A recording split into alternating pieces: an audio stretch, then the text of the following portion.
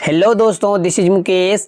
आज के वीडियो में हम लोग सीखने जा रहे हैं कि कितने बजे इसको अलग अलग टेंसेस में अपने डे टू डे लाइफ में किस तरीके से यूज कर सकते हैं, कैसे कैसे स्ट्रक्चर हो सकते हैं, एक्टिव और पैसिव दोनों ही टाइप के सेंटेंसेस को हम लोग इस वीडियो में देखने वाले हैं। ये वीडियो काफ़ी हेल्पफुल होने वाली है आप लोगों के लिए। तो without wasting any time let's get started today's lesson.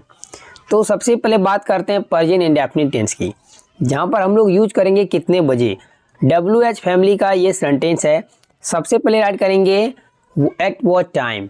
It means that कितने बजे को इंग्लिश में बोलते हैं एट व्हाट टाइम। आप चाहे तो एट को सेंटेंसेस के आखिरी में लगा सकते हैं और इसी तरीके से इंग्लिश बोला जाता है कि एट को सबसे आखिरी में लगाया जाता है। आप शुरुआत में भी लगा सकते हैं अपने इच्छा अनुसार। उसके बाद आपको लगाना पड़ेगा डू या डज यदि आपका सेंटेंस एक्टिव वॉइस में है तो।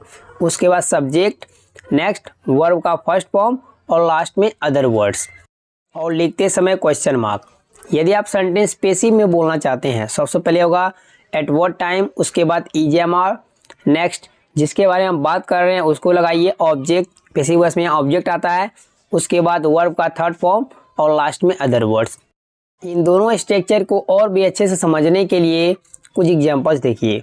तुम कितने बजे कोचिंग जाते हो, इस सेंटेंस के लिए बोलेंगे at what time do you go to coaching. इस सेंटेंस को ऐसे ही बोला जा सकता है what time do you go to coaching at, what time do you go to coaching at. At को लास्ट में भी लगा सकते हैं।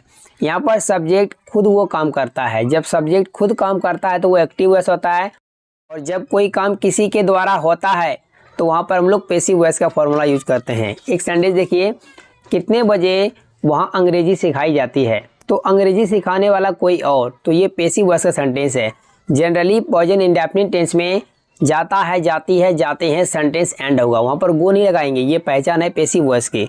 तो इस सेंटेंस के लिए बोलेंगे at what time is English taught there, at what time is English taught there. Next sentence, कितने बजे आपका वीडियो अपलोड होता है। तो यहाँ पर क्वेश्चन कर रहे हैं, तो इस सेंटेंस के लिए बोलेंगे at what time is your video uploaded, eight what time is your video uploaded. अब बात करते हैं प्रेजेंट कंटीन्यूअस टेंस की।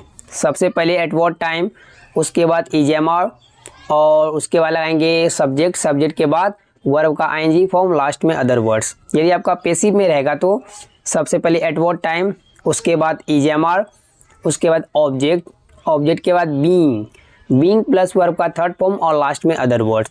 इसको भी समझ लेते हैं, कुछ एग्जांपल लेते हैं। दिल्ली से तुम्हारा भाई कितने बजे आ रहा है। तो इस सेंटेंस के लिए बोलेंगे at what time is your brother coming from Delhi, eight what time is your brother coming from Delhi. Next sentence, कितने बजे मैच खेला जा रहा है। ये पैसिव वॉइस का सेंटेंस है। इसके लिए बोलेंगे at what time is the match being played, eight what time is the match being played. अब बात करते हैं पास्ट इंडेफिनिट टेंस की। इसका स्ट्रक्चर होगा सबसे पहले एट व्हाट टाइम, उसके बाद डिड के बाद सब्जेक्ट, और उसके बाद वर्ब का फर्स्ट फॉर्म और लास्ट में अदर वर्ड्स। यदि आप पैसिव में बोलना चाह रहे हैं तो सबसे पहले एट व्हाट टाइम, उसके बाद वॉज या वर्ब में से कोई एक, उसके बाद सब ऑब्जेक्ट, ऑब्जेक्ट के बाद वर्ब का थर्ड फॉर्म और लास्ट में अदर वर्ड्स। इसके भी कुछ एग्जाम्पल देखिए। तुम कितने बजे आए थे, eight what time did you come, eight what time did you come. Next sentence, कितने बजे तक खाना बन गया था। इस सेंटेंस के लिए बोलेंगे at what time was food cooked, eight what time was food cooked. अब बात करते हैं फ्यूचर इंडेफिनिट टेंस की, जिसमें ज़्यादा बोले जाते हैं उसी टेंस को मैं बता रहा हूँ। सबसे पहले यहाँ पर हेल्पिंग होगा ना, वहाँ पर क्या कर दीजिए, सिर्फ शैल या विल लगा दीजिए, ठीक है, एक्टिव वॉइस का हो जाएगा। और पैसिव वॉइस में एट व्हाट टाइम, उसके बाद सब में सब के साथ विल लगा देना है, शैल भी लगा सकते हैं, ऑब्जेक्ट बी प्लस वर्ब का थर्ड फॉर्म और लास्ट में अदर वर्ड्स। तुम कल कितने बजे आओगे। इस सेंटेंस के लिए बोलेंगे at what time will you come tomorrow, eight what time will you come tomorrow. Next sentence, कितने बजे तक मेरा काम पूरा हो जाएगा।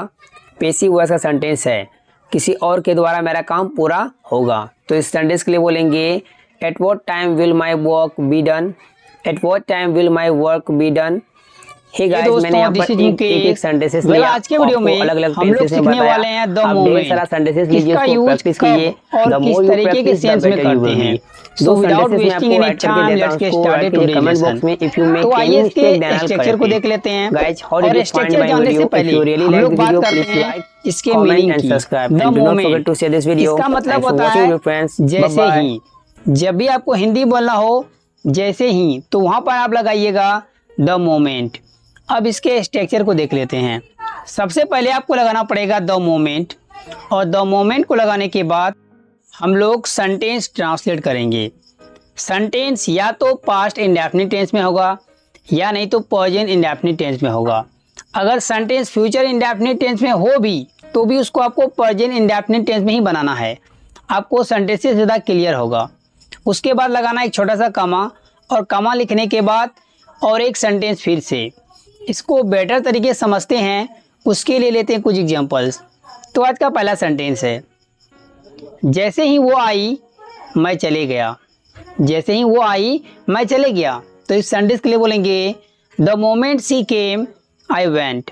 The moment she came I went. Next sentence, जैसे ही मैंने उसे बताया उसने सबको बता दिया। तो इस सेंटेंस के लिए बोलेंगे the moment I told him he told everyone. The moment I told him he told everyone.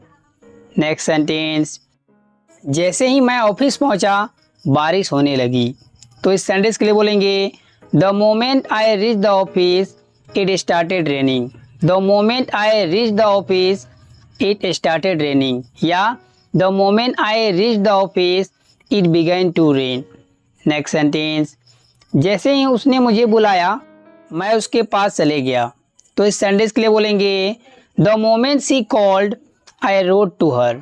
The moment she called I rode to her. Rode यहाँ पर यूज मैंने इसलिए किया क्योंकि मैं बाइक से गया।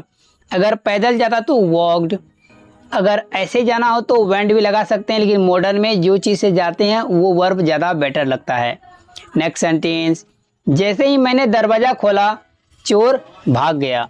तो इस सेंटेंस के लिए बोलेंगे the moment I open the door the thief run away. The moment I open the door the thief run away. अगर एक से ज़्यादा चोर रहेगा तो थीप्स रन अवे या fled away.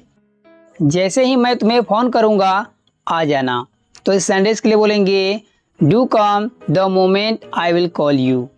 Do come the moment I will call you.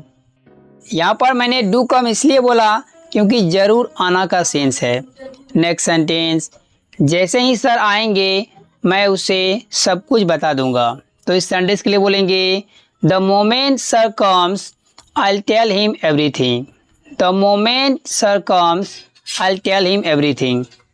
तो यहाँ पर मैंने पहले क्लॉज को प्रेजेंट इंडेफिनिट टेंस की मदद से बनाया, लेकिन हिंदी का सेंटेंस फ्यूचर में था, फिर भी इसको जो है प्रेजेंट इंडेफिनिट टेंस में आपको बनाना पड़ेगा। हे गाइस, इसी वीडियो में आपको एक सेंटेंस देता हूँ, उसको ट्रांसलेट कीजिए, राइट कीजिए कमेंट बॉक्स में। If you make any mistake then I will correct it. दोस्तों, वीडियो कैसी लगी थी, अच्छी लगी थी लाइक कर दीजिए, मेरे चैनल को सब्सक्राइब कर ले और बेल आइकन को हिट कर ले ताकि मेरा रोज आने वाले वीडियो की नोटिफिकेशन बिल्कुल टाइम पर मिलती रहे। Thanks for watching friends and do not forget to share this video. Bye bye.